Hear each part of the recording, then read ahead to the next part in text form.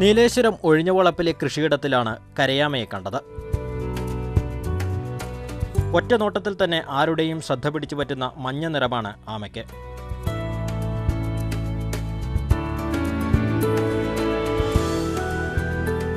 പറമ്പിൽ കളിക്കുകയായിരുന്ന കുട്ടികളുടെ മുന്നിലേക്കായിരുന്നു ആമയുടെ വരവ്.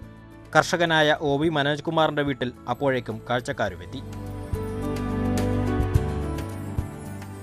ഇവനെടുത്തിട്ട് വീട്ടിലേക്ക് കൊണ്ടുവന്നതാണ്. അങ്ങനെ ഞാനത് നെയ്ത്തലിൻ്റെ പ്രവർത്തകൻ പ്രവീൺ മാഷ ബന്ധപ്പെട്ടു. പ്രവീൺ മാഷ് വന്ന് ഫോറസ്റ്റ് റേഞ്ച് ഓഫീസർ കാസർഗോഡിലെ അവർ വന്ന് അതിനെ ശാസ്ത്രീയ സ്ഥിരീകരിക്കുക ചെയ്തത്. ഇത് ആൽബമിൽ നിന്ന ഒരു പ്രതിഭാസമാണെന്ന് അവർ സ്ഥിരീകരിച്ചതാണ്. അങ്ങനെ അതിന് ഇത്ര നാൾ ഇവനാണ് സംരക്ഷിച്ചത്. പടന്നക്കാട് ആമ പരിപാലന കേന്ദ്രം പ്രവർത്തകരെ വിവരമറിയിച്ചു. സാധാരണ കരയാമയ്ക്ക് നിറമാറ്റം സംഭവിക്കുന്ന പ്രതിഭാസമാണിതെന്ന് നെയ്തൽ പ്രവർത്തകർ പറഞ്ഞു. ആമയ്ക്ക് നിറം നൽകുന്ന മെലാനിൻ നഷ്ടപ്പെടുമ്പോൾ നിറമാറ്റം സംഭവിക്കാമെന്ന് വിദഗ്ധർ ചൂണ്ടിക്കാട്ടുന്നു.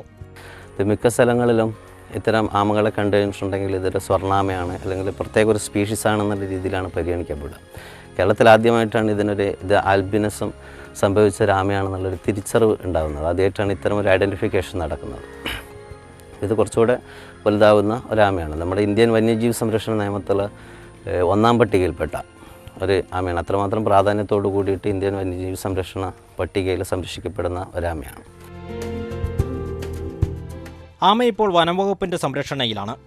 ആമ പൂർണ്ണ വളർച്ചയെത്തിയിട്ടില്ലെന്ന് വനംവകുപ്പ് ഉദ്യോഗസ്ഥർ അറിയിച്ചു.